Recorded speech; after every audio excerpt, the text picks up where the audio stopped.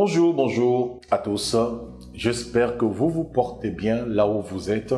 Que le Seigneur vous bénisse vos maisons. J'espère que vous êtes en très bonne santé. Que la grâce de Dieu abonde dans votre vie. Je suis ravi de vous retrouver pour notre temps de parole apostolique et de foi. Alors, ensemble, nous allons développer ce thème. Puis-je payer pour les erreurs de mes parents? Est-ce que je peux payer les erreurs de mes parents ou bien de mes ancêtres? C'est très important. Pourquoi? Nous avons beaucoup d'entre vous qui nous envoyaient beaucoup de messages, notamment en relation par rapport aux problèmes, aux difficultés que vous pouvez rencontrer. Ça, c'est une très bonne chose. Continuez à nous envoyer vos messages et nous continuerons aussi à y répondre comme en ce moment. Alors, grand nombre de personnes se posent beaucoup de questions. Souvent, il nous arrive des problèmes, des difficultés, des soucis. Et on se pose la question de savoir qu'est-ce qu'on a fait au bon Dieu?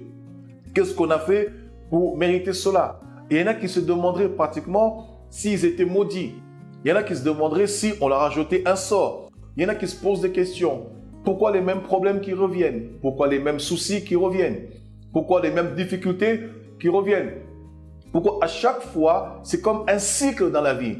Vous avancez au bout d'un moment et au bout d'un moment, tout s'arrête. Vous évoluez au bout d'un moment et puis au bout d'un moment, c'est comme si vous allez en arrière. C'est comme si vous avancez d'un pas et vous reculez de 2 pas. Alors beaucoup de questions restent, beaucoup d'interrogations restent confuses dans nos têtes. Et on se retrouve totalement dans la confusion parce qu'on se pose 1001 questions pour savoir pourquoi je suis dans ce problème-là. Vous avez des personnes, par exemple, qui sont belles, des femmes qui sont très belles. Elles ont tout pour réussir. Elles ont un bon statut professionnel, social. Mais elles n'arrivent pas à se marier. Dès qu'elles trouvent un homme, elles commencent une relation. Au bout d'un certain temps, la relation finit en queue de poisson. Vous avez des hommes qui sont beaux, qui rencontrent une belle femme, qui ont aussi un bon statut. Et lorsqu'ils veulent rentrer dans le mariage, c'est la femme qui fuit. Ou des fois, c'est l'homme qui fuit.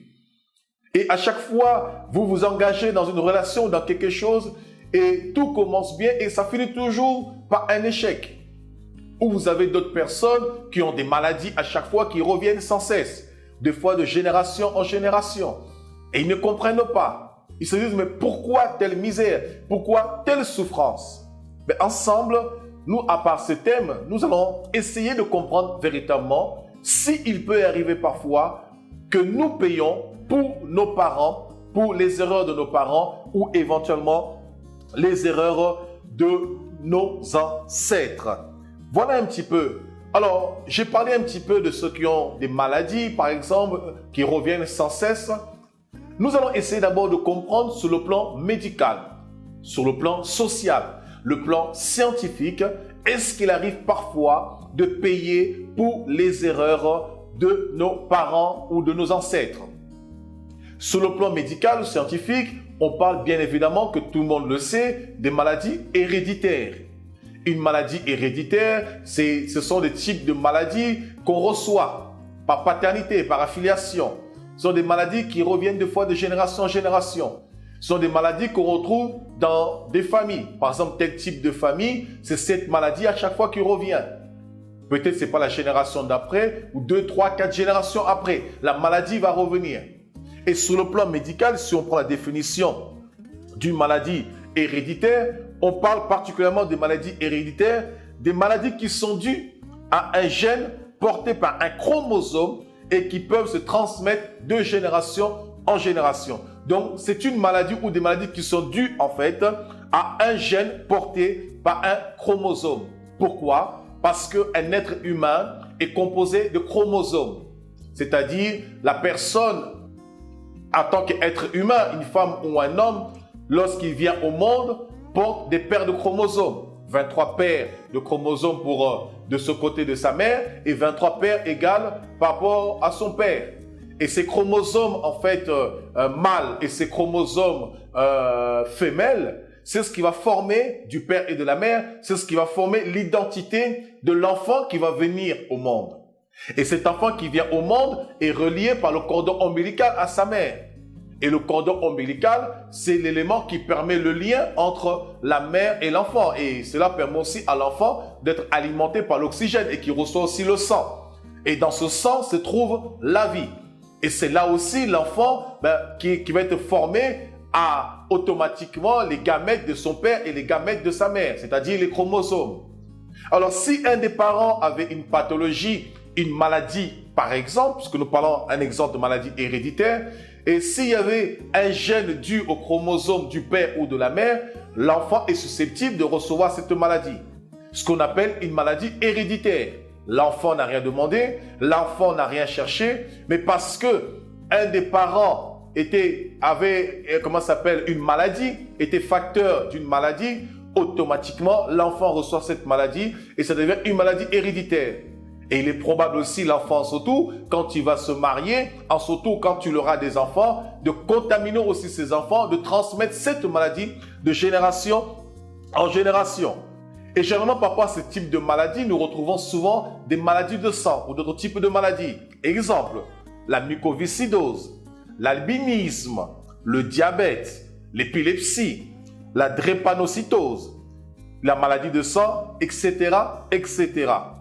Donc, nous voyons déjà sur le plan médical et scientifique, il est probant que lorsque un parent a un gène,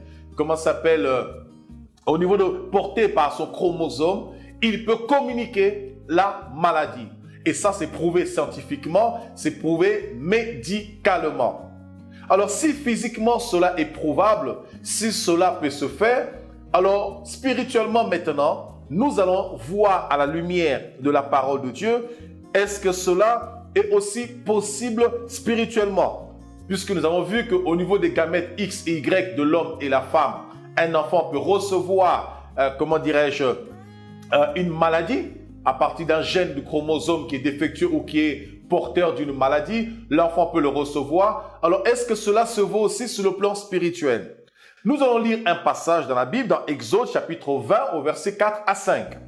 Il dit ceci: « Tu ne feras pas d'image taillée, ni de représentation quelconque des choses qui sont en haut dans les cieux, qui sont en bas sur la terre et qui sont dans les eaux plus bas que la terre. » Verset 5. « Tu ne te prosterneras pas devant elles et tu ne les serviras point. Car moi, je suis un Dieu jaloux qui punit l'iniquité des pères sur les enfants jusqu'à la 3e et à la 4e génération de ceux qui me haïssent. » Donc, vous voyez ici, Dieu est en train de parler et il dit, c'est un Dieu qui punit l'iniquité des pères sur les enfants de la 3e jusqu'à la 4e génération. Pourquoi? Lorsque les parents se livrent à l'idolâtrie, lorsque les parents se livrent à la magie, lorsque les parents se livrent à toutes ces choses, spirituellement, ces parents sont exposés à la malédiction. Et la malédiction des parents se répercute sur les enfants jusqu'à la 3e et à la 4e génération. Cette malédiction spirituelle peut aussi avoir des conséquences physiques. Ce qui se transmet par exemple par ce chromosome du père ou de la mère qui porte un gène, par exemple, un gène défectueux, par exemple, un gène porteur de maladie. Et pour mieux encore expliquer ce que je dis, nous allons lire dans Jean chapitre 9 au verset 1 à 3. Mais on va prendre particulièrement le verset 1 à 3. Jésus vit en passant un homme aveugle de naissance. Verset 2. Ses disciples lui posèrent cette question: « Rabbi, qui a péché, cet homme ou ses parents pour qu'il soit né aveugle ?» Et ici, les disciples de Jésus vont voir un homme aveugle de naissance et ils posent la question à Jésus tout naturellement. Mais qu'est-ce qui fait que cet homme soit aveugle de naissance? Parce que, humainement parlant, un homme ne peut pas naître aveugle de naissance.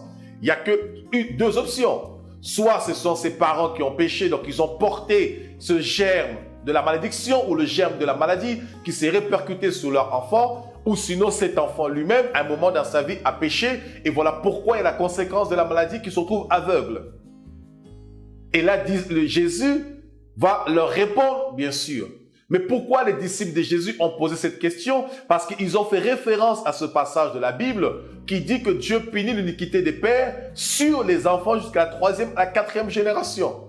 Donc cela montre aussi, dans cette hypothèse, que l'aveuglement de cet homme n'était pas seulement une maladie ordinaire, mais c'était une maladie qui était rattachée au péché. Et le péché a des conséquences spirituelles qui impactent notre spiritualité parce que nous sommes des personnes d'abord spirituelles, nous sommes d'abord un esprit avant d'avoir un corps, d'où l'expression un corps sain dans un esprit saint ou un esprit saint dans un corps saint. Alors, si nous sommes dans le péché, ça impacte spirituellement notre esprit et ça impacte aussi notre corps parce qu'il y a des conséquences physiques, comme là, cet homme qui était malade, qui était aveugle. Donc, nous pouvons voir par là, éventuellement, nous pouvons payer pour les erreurs de nos parents ou de nos grands-parents, soit sur le plan spirituel, soit sur le plan physique. Pour finir, j'aimerais lire un texte qui est tellement merveilleux dans le livre de Lamentations, chapitre 5, verset 7, qui dit ceci. « Nos pères ont péché et ils ne sont plus. Et c'est nous aujourd'hui qui portons la peine de leur iniquité. » Lamentations de Jérémie, ce sont des plaintes de Jérémie. De voir toute la souffrance que son peuple vivait en Israël. De voir les calamités, les maladies. De voir la servitude, la déportation, l'esclavagisme. Et il se pose la question, pourquoi tant de souffrance? Et il comprend finalement, ce sont ses pères qui ont péché, ses aïeux, ses parents, ses grands ancêtres. Ils ont péché, ils ne vivent plus. Mais sauf que malheureusement, les conséquences de leur péché demeurent et ce sont eux, leur génération, les enfants, qui portent la peine de leur péché. Alors, au vu de tout ça, de ce que nous venons de voir, il est important pour vous qui me suivez à cet instant, si vous êtes dans ce cas, vous vivez des problèmes qui ne s'arrêtent pas jamais, il est important d'abord de déceler le problème que vous vivez. Et c'est aussi de comprendre si dans votre famille, d'autres personnes avant vous ont eu les mêmes problèmes. Une fois que vous avez décelé le problème que vous vivez et à quoi c'est dû, là maintenant vous pouvez prier pour que Dieu brise cette malédiction aussi bien sur votre vie que sur votre famille. Et une fois que vous avez compris cela, maintenant à votre tour, il est important de veiller à votre manière de vivre pour ne pas que les conséquences de vos erreurs ou de vos péchés non seulement retombent sur vous-même, mais par-dessus tout, retombent sur les générations à venir après vous, pour ne pas que vos enfants portent la peine de votre mal, de vos erreurs, de vos péchés, tant sur le plan spirituel et aussi bien sur le plan physique. Je crois que vous avez été grandement bénis par ce thème. Alors ne manquez pas de vous abonner à notre canal YouTube et d'en parler autour de vous. Communiquez cette vidéo au maximum, partagez pour que le maximum de personnes puissent être bénies, délivrées, restaurées et trouver des réponses à leurs questions comme vous le faites à ce moment-même. Vous pouvez aussi vous abonner dans tous nos réseaux sociaux, notre page Facebook Ministère Génao et aussi bien notre Instagram pour continuer à recevoir des messages édifiants, une parole apostolique et de foi. Que Dieu vous bénisse. À très bientôt. C'était l'apôtre Steve Kunda.